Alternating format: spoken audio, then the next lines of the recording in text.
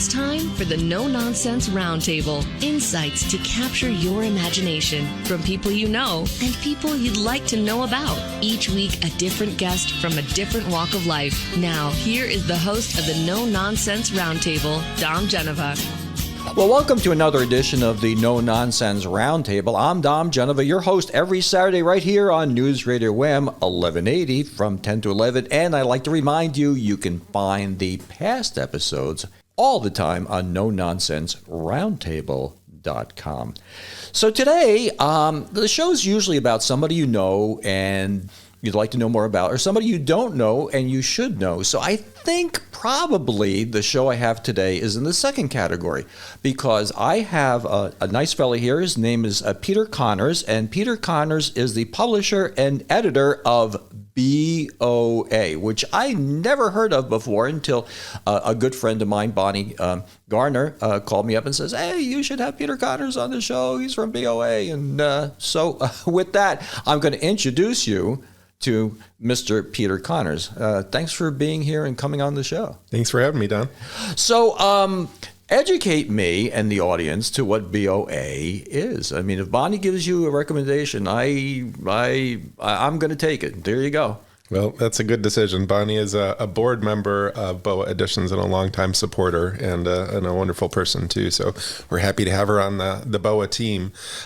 In short, BOA is a independent publishing house. We're a non-profit organization as well that was founded in 1976 by a poet and translator and a SUNY Brockport professor named A. Poulin Jr., or Al, as we call him.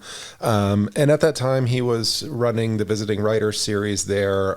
There were poets like William Hayen there, Anthony Piccioni, some well-known on the national stage, but locally based poets. So they had a nice group going there at Brockport, and they brought in a lot of very well-known poets from all over the place. And at a certain point, Al realized that even with poets who were very accomplished, there were very few places to actually publish poetry collections, full-length poetry collections. There just wasn't that sort of independent press, community that we have now. And there was sort of the mimeograph, revolution of the 60s and so forth, but it hadn't translated into independent publishing. And so he decided he was going to start a press and publish poetry collections himself. And he did, which is kind of amazing. It's one thing to have an idea. It's another thing to actually execute it and bring it into the world. And so he started BOA Editions out of the back room of his house on Main Street in Brockport. And, would get students to help and so forth. And obviously he was well connected in the literary and poetry community already, and a known commodity at that. And so the very first book that BOA put out was by a poet who had already won the Pulitzer Prize for his first collection, which was called Heart's Needle, and that poet was W.D. Snodgrass. And so this was W.D. Snodgrass's second collection, and it was called The Fuhrer Bunker. And it was written as what we call persona poems, or they were poems written in the voices of different people who had lived through Nazi Germany. So whether they were citizens, civilians, whether they were soldiers, whether they were high up in the Nazi ranks, all the way up to Goebbels and I believe Hitler as well. It was very controversial, and I think he was trying to convey this message of, this could be anybody at any time could go in this direction, and it's something to be aware of and wary of.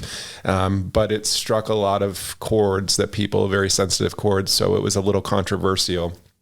And Al, having a good eye not only for poetry, but I think what was going to, get attention and help launch his press, made this BOA's first publication. So the very first book that BOA published was by a Pulitzer Prize winning poet, which was kind of amazing. And from that point on, just started to do, a book here and there as he was able to. And then in 1980, he published a collection called Yin by a poet named Carolyn Kaiser, which ended up winning the Pulitzer Prize for BOA Editions. And so that was kind of a remarkable, step forward as well.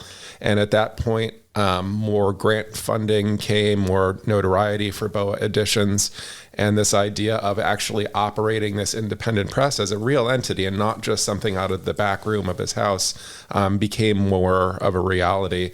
And so soon after, BOA moved into the city of Rochester, had an office right next to the Little Theater, right above Arenas, actually, there on East Avenue, and was there for many years. And when I started at BOA myself in 2003, that's the office that I went to. Unfortunately, Al passed away in 1996, so I never got the chance to meet him myself, although we had a mentor of mine was a good friend of his, so we had these other connections, and but I never got a chance to meet him. But I'm very fortunate to be able to have stepped into and made a career from this legacy that he left behind. Well, one of the things that amazes me here is that talking about these awards. And this is a Rochester thing. I love trying to find Rochester things, and this is another little jewel for Rochester. It sounds like. Oh, 100%. Yeah. It's a really interesting thing because BOA is a nonprofit organization. So we do depend on fundraising and donations, and most of our donors are in Rochester. But a lot of people who are even very well connected and attuned to the Rochester arts community aren't aware of BOA Editions. The main reason being people don't go to BOA for anything. So in other words, you might go to the RPO, you might go to the museum, you might go to an art gallery that's a nonprofit. Then you're aware and you know about these things. BOA is a little office in the Anderson Arts Building. And you don't go to BOA. We create the books and then they go out into the world, and then you pick up a BOA book and you read it. But you might not necessarily make the connection that, this is done in Rochester by this press. Meanwhile, the books routinely win national awards and are reviewed in all sorts of amazing places. We have a poem in New York Times Magazine coming out this Sunday. Oh, wonderful. For one of our books. And one of our poets was the editor of that for a while. Naomi Shihab-Nye was the editor of the New York Times Magazine poetry section. We've won national book awards and regularly just, are winning these awards and getting a lot of recognition within the literary and the poetry community, but it doesn't necessarily translate to Rochester. So I'm always happy to tell people BOA is here. Well, let's do a little retail then. There are people that are listening to the show right now, and people multitask when they're listening to the radio or television. All the marketing people tell me that. So let's tell them how to find your site online. And we're about ready to head into a break, but let's give them a way to take a look at BOA right now, if they care to, at their homes. What is the site? Sure. Yeah, you can go to boaeditions.org. So that's BOAEDITIONS, like the book edition, boaeditions.org. And you can take a look there and discover about the organization. And like I said, this little jewel that is part of Rochester that probably, I would happen to say, that a lot of our listeners don't even know about yet. But we're going to change that, and we're going to change that more right after this break. Well, welcome back. We're talking to Peter Connors, publisher and editor of BOA. And BOA stands for again? It's just BOA. So there's not a real good answer for what BOA stands for. And a lot of people think it must be, B stands for something, O stands for something, A stands for something, but it's really not. It's just BOA Editions. And BOA Editions publishes primarily... primarily poetry collections. We also do at least 2 short story collections a year. And we do sometimes books of nonfiction that relate to poetry. So it might be interviews with a poet or something about, poetry as an art or how to write poetry, that type of thing. But mainly we publish poetry collections. And we also have opportunities throughout the year for people to submit their own poetry collections to get published by BOA. So here's the question I ask virtually everybody. At 10 years old, you didn't say you wanted to publish poetry, did you? I didn't, no, and but I loved reading, and that is the key that led me here. When I was very young, I loved reading right from the start, and it was, I was definitely one of those kids who would be nudged outside on a nice day because I was inside with a book. And, I specifically remember, a reading contest when I was probably in first or second grade. And, the more books you read, the more these little construction paper bowling pins that the teacher made you would get. And the pins got increasingly ornate, and they would have sprinkles and gold sprinkles, and they would be gold colored and all these things. And for whatever reason, I really latched on to this whole thing, and I wanted those bowling pins. And I knew the more books I read, the more bowling pins I would get. And it's a funny thing, but I remember that truly hooking me in once and for all to reading. And so it's always been something I've been drawn to. I didn't really put together the idea that a human being is a person who writes books until I was in high school. And something clicked over, and I realized that what I was holding in front of me was just written by somebody who at one point was sitting in a room putting these words down. And it occurred to me that that might be something that, I could do as well, because I loved reading and I loved writing already. And so at that point, publishing became real to me from the writing standpoint. And then, as I got more familiar with this whole process, I did start editing other people's work, and I got interested in that side of it too. And I really took as a model, maybe a little bit old school, but the idea of somebody who has a literary life.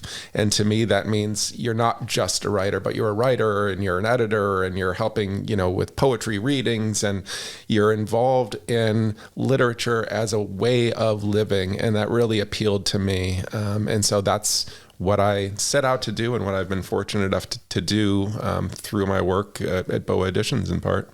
So you're connecting emotionally with somebody who has written something because they made a decision to write something. I mean, that's pretty much the creative process. Is somebody just sits down, and we all have the same ability to do that. So some people have the talent for it, and some people don't. So where'd you go to school, college, and whatever? Yeah. I mean, you're a Rochester guy, right? I'm a Rochester guy, yeah, and I went to Potsdam College, and then I really, MFA programs, so Masters of Fine Arts programs in creative writing, are really big now, and they're all over the country. When I graduated from college, that wasn't really the case. There weren't a ton of MFA programs yet. And so my understanding of how you became a writer was essentially you just wrote, and you had experiences, and maybe you worked, cruddy jobs, and you traveled and you met people. And it was this idea of, life as the classroom. And then you read constantly and you wrote constantly. And so that's what I did. I just, kept reading voraciously. A lot of things that, I tracked down as being important influences to other writers. So I would look at what a certain writer talked about in his own writing about influences of his or hers, and then I would track down those books. And I went through, educating myself that way on how to be a writer, and then just writing book after book after book, most of them early on, which just sat in drawers. Mm-hmm. And that was fine. Each one I thought was going to be the one that sort of broke me through, and I would become a novelist or I'd become something, but that wasn't the case. It wasn't that quickie of a fix for me. So I just spent years just going through and going through that process. Well, I don't think that poetry is on most people's radar. And we're talking to almost 10,000 people today. Give me the why behind poetry. Why should my listeners be interested in poetry? Yeah, it's an interesting thing, because there's always this idea of like poetry is dead and nobody cares about poetry. And I will tell you, in the past, 2 or 3 years in particular, as we've seen COVID and a lot of social upheaval and discussion, poetry is selling better than ever. And that is not uncommon in the lifespan of poetry itself. It tends to get on people's radar when things are the worst. Mm-hmm. And in the same way, people, especially as once you're out of school, you tend to encounter poetry mostly if you go to a wedding or you go to a funeral. There's somebody's going to get up and they're going to read the poem, and that's important, but there's a reason for that. And the reason is because poetry can inform and enlighten us about very basic day-to-day experiences, not just the births or the deaths, but what it's like to just walk to the store, to wake up in the morning, to make a cup of coffee, to be in love, to be heartbroken, all these different things. And a great poet will make you see those experiences in a brand new way, and in that add a new dimension to your own experience. Mm-hmm. But it takes a little time. It's not spoon-fed to you. And so if you have a little time and you can sit with it and read this poem and really think about it, I guarantee you It will broaden your life. It'll broaden your perspective. The other thing is, I think people will read a poem or they'll be exposed to something and they don't get it and it feels intimidating and they don't think they understand what's going on. And maybe that's not the poet for you. And so it's important to realize that poetry isn't just one thing. It's not this monolith that is just poetry. Each individual poet writes in a very specific way.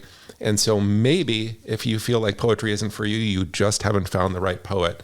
And so it's worth looking at all these different poets, but also going to boaeditions.org and checking out the different poets there and different samples of poetry, because there is going to be something that you connect to. I guarantee it's out there. You just haven't found it yet. That's a very good point. I mean, it's analogous to saying I don't like sports. Well, you haven't found your sports. I mean, I love watching tennis. I love watching baseball. But some sports I just can't stand watching. And you're absolutely right. You're putting everything in the same silo. Say, well, I don't like poetry. Well, you haven't found the right poet. So give me the different silos of poetry. What are the different flavors of this sport, if you would? Yeah, well, I think, BOA is really fortunate in that we've published a lot of poets who are the poets that will be read at the birthday or at the funeral, the different occasion.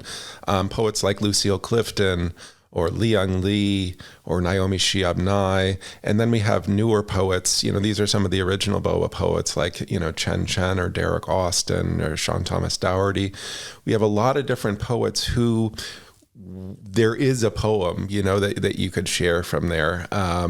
There's a poem by Lucille Clifton called Blessing the Boats that is often read at these occasions. So, again, I think it's worth checking out BOA publications because we have a lot of poems that people can relate to, even if they're not quote unquote poetry people. Mm-hmm. Well, you're talking about improving or realizing the human existence. I mean, cats don't really get poetry. Yeah, for sure. Yeah. And, that's the thing. As much as, we all have our individual lives and very unique individual experiences, and we certainly want to think of ourselves as incredibly unique. But there are these broader experience of, love or having children or losing love or whatever it might be, travel and all these things. Or, sometimes the most beautiful poems are the ones that describe the simplest things, like making that cup of coffee, like waking up in the morning and, looking around or whatever it might be. And those are ones that really touch me the most, I think. Fascinating stuff. And we're going to get more into this topic right after this.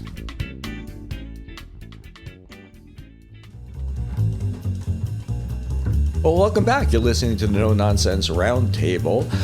Every Saturday here, 10 to 11 on News Radio WHAM 1180, and like to remind everybody that the prior shows are available on any platform you get your iHeart podcasts, or you could go to nononsenseroundtable.com and get them as iHeart podcasts or as YouTubes. And we're here talking to Peter Connors, and Peter Connors is the publisher and editor of BOA, which is a publication that is published here in Rochester, great Rochester asset. And we were talking about poetry and why poetry is important. And during the break, I'm thinking to myself, the way my mind works, we're really talking about like green eggs and ham. I think if you were to put this in a context, we're talking about green eggs and ham. We're talking about something that you may not have tried before, and it's not green eggs and ham, but it's poetry and prose. And if you tried it, maybe you might like it. And there's a couple of different ways of getting your poetry and prose cooked up for you, too. I mean, you have presentations, and of course you have the publications. So let's talk about how to dip your toe into this pond. How about that? Yeah, it's funny. A lot of times I hear from people, I don't like poetry. And then immediately there's some story about a teacher and some experience in school that made them never want to read poetry again, which always just breaks my heart. And it's not, it's not necessarily that teacher's fault, because there's a lot of boxes that need to get ticked off when you're a teacher. And I have a lot of compassion and empathy and understanding for teachers and what their job is, which is tremendous. But a lot of people have gotten turned off to poetry at some point in their educational career. And I see it even now. It's sort of like, I've seen kids with assignments about poetry and, what is this this poem about? And can you tell me, all these different things? And they'll submit an answer, and the answer will be wrong. And I will tell you, as somebody who lives their life in poetry, if you're talking about interpreting a poem, there's no sense of like you've done it wrong. Whatever your interpretation is your own personal interpretation of that poem. And it could be anything, and it could be unconnected completely to somebody else's interpretation. And that's the beauty of poetry. And I think, there's lots of gateways in. You said Dr. Seuss, or there's these wonderful Shel Silverstein poems that, can draw kids in and make them laugh and make them curious. And I think a love of books and literature and poetry often starts with a love of language and the play of language. And so, whatever it takes to find your way in, it's all good. It's all good. But again, if you've been somebody who's been turned off to poetry because of a bad experience, or you feel like you just don't get it, you don't understand it, I will say again, like, you just haven't found the right poet. You just haven't found the right poem, and they are out there. That's there's so many different analogies I can give for that, for things that you tried. That if the only pizza you ever had was that, I don't want to say what the national chain is, but if that's not a pizza, you know what I mean? Yeah. And that's the thing. If that's the only thing you've experienced, so let's talk about. Are there different types of poetry? Is silos of poetry, if you will? Yeah, there are different types of poetry. I think, there's poetry that deals very much in just realistic, basic depictions of life. So there's poetry that might be more surreal and strange and bring in imagery that is very out there. And some people really resonate with that. There's even poetry that's called prose poetry that doesn't even look like a poem. It doesn't act like a poem should, and have those neat little line breaks that are so confusing to figure out how to read. This just looks like a paragraph, but it's very much a poem. There's poems that rhyme, there's poems that are sonnets, there's poems that, there's a million different formal ways to write a poem that people do, haiku or whatever it might be. So yeah, there's tons of different ways to write a poem. Do you have to be taught to read poetry properly? Is that something that an asset that you have to acquire for yourself? I will say yes, you do, but you can teach yourself. It's not something that you need to be in a classroom and have somebody say, this is how you read this poem. Just like anything else, if you do it over and over and you read poems and you're interested in that, it will become clearer how to, work with these line breaks and what they sound like. There's also so many opportunities now to go online and listen to poets read poems. And very often each poet has a very specific way of structuring their poems. And when you hear them read the poem, it makes a lot more sense than it does on the page. And so I always tell people, like, if poetry feels impenetrable in so many ways, go to a poetry reading and listen to the poet read. And it does make a difference. And that's one reason that BOA is actually getting into publishing audiobooks of our authors reading their poems. This is a new initiative we started in the past year to put out audiobooks so you can hear the poet reading their work as well. Well, that leads me to the obvious question. I mean, can you read a poem for me now? Absolutely. Yeah, I'd love to. So this is a poem called Blessing the Boats by Lucille Clifton. And Lucille Clifton was actually originally from Buffalo. So she's from our region. She ended up being, one of the most celebrated poets in the country. And in fact, this book, Blessing the Boats, this is the title of the book. This is a poem from it called Blessing the Boats.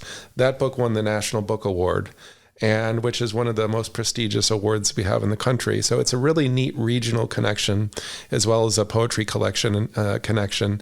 And BOA was fortunate to publish many books by Lucille Clifton, including this one that won the National Book Award. We have a big book of her collected poems as well. That's about an 800-page book. And then the selected poems. But her legacy is so great and so important to us that we created a series of books called Blessing the Boats Selections that are books of poetry written by women of color exclusively. And the series is also edited, and the books are selected by a woman of color who will be in changing role as an editor-at-large title. So this is a really important poem, not only for BOA, I think for our Western New York region, and also at a national level for poetry in general. It is one of those poems that you hear read at different occasions. So this is called Blessing the Boats.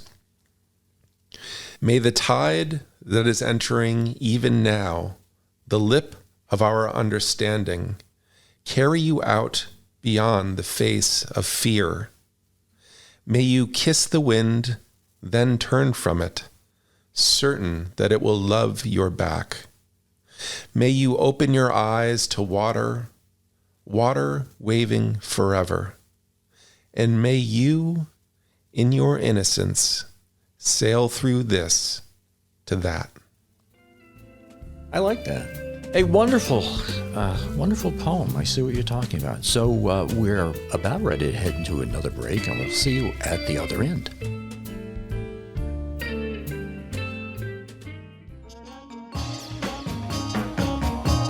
Well, welcome back. You're listening to the No Nonsense Roundtable. We're talking to Peter Connors right now, who is the publisher and editor of BOA, a publication of poetry and prose based here in Rochester with some national prominence, which is really kind of cool. And we were talking during the break about the wonderful rendition he just gave of poetry.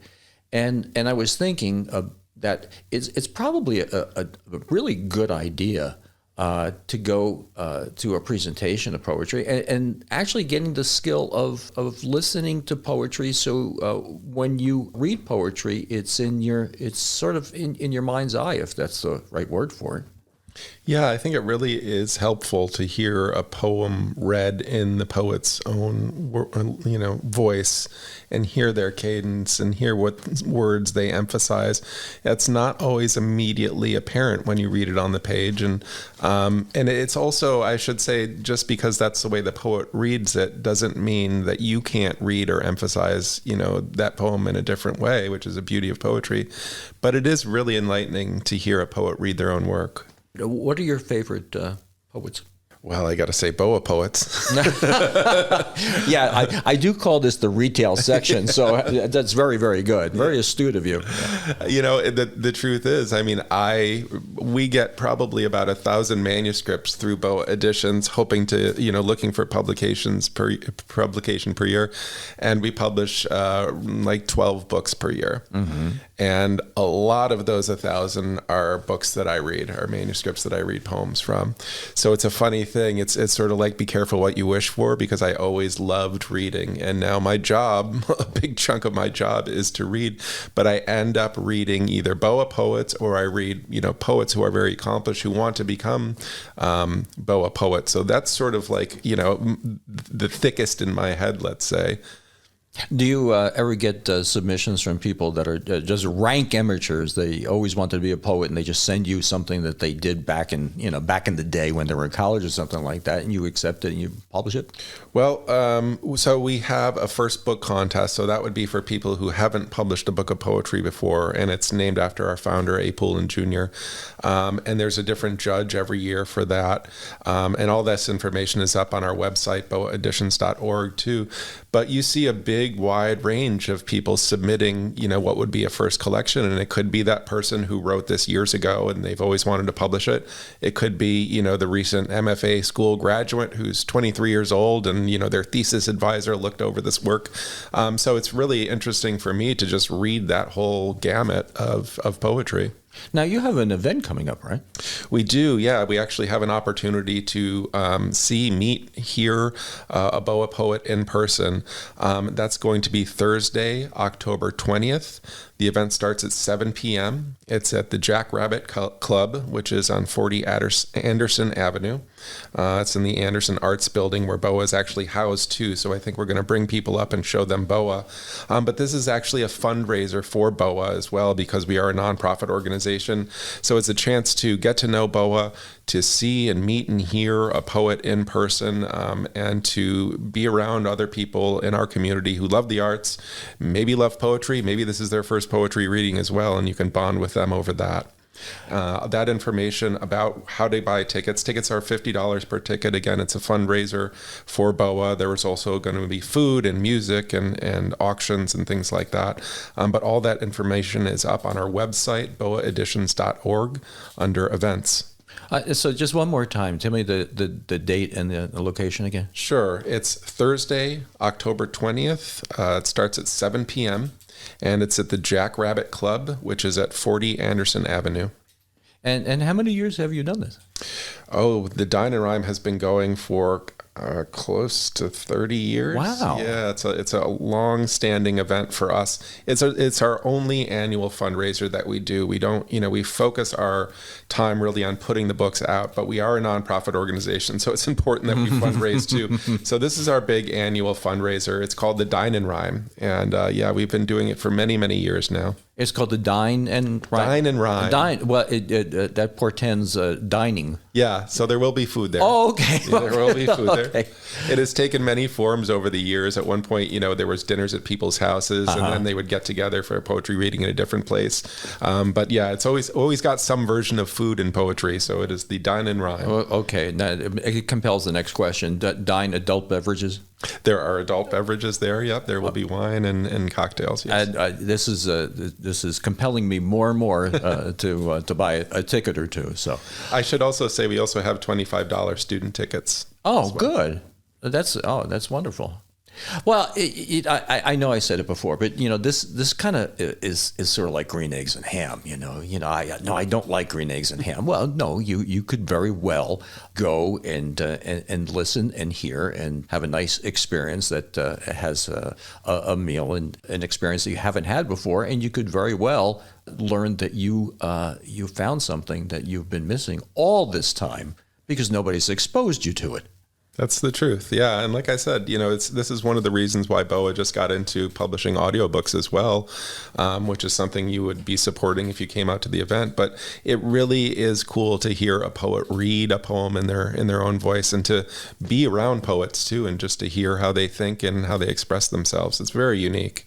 It sounds fascinating. I'm going to buy, and everybody should know that listens to the show. I don't get free stuff, okay? I don't do that. I go and buy my own tickets and whatever. So I am definitely buying a couple of tickets. Nita and I will come and see something and hear something that we haven't heard before and been exposed to before. Thanks to somebody like Bonnie Gardner saying that you should come on the show. So at least you have two more people that you wouldn't have had before. So. Excellent. Last thoughts. We have a couple of minutes left about poetry or what you do. Well, again, I would like to let people know that BOA Editions is a true jewel of Rochester, New York's cultural life, and it is something that maybe you haven't been familiar. It hasn't been familiar to you before this show, but it's something really worth checking out and being proud of for the city and for this region. Again, it's a nationally known and respected arts organization that is based in Rochester. We've been around for 47 years now. So if this is your first time hearing about BOA, I do hope you'll go to the website, boaeditions.org, check out what we do, check out some of our books, and also consider becoming a donor and supporting what we do, because our operations are dependent on donors and on that sort of nonprofit funding. So we would be very grateful, and I think we will give you a lot back as far as cultural richness as well. Well, it sounds like a wonderful organization, something I haven't been exposed to, and something I'm going to dip my toe into this and certainly come to your affair there. So it's been wonderful having you on the show, and I'll see you on October. What was that date again? October 20th. It's a Thursday night at 7 p.m. at the Jackrabbit Club. And we'll see you there. So everybody, thank you for listening. It's the No Nonsense Roundtable every Saturday, 10 to 11, right here on News Radio Wham 1180. Well, thanks for watching this YouTube. If you liked it, please like and share.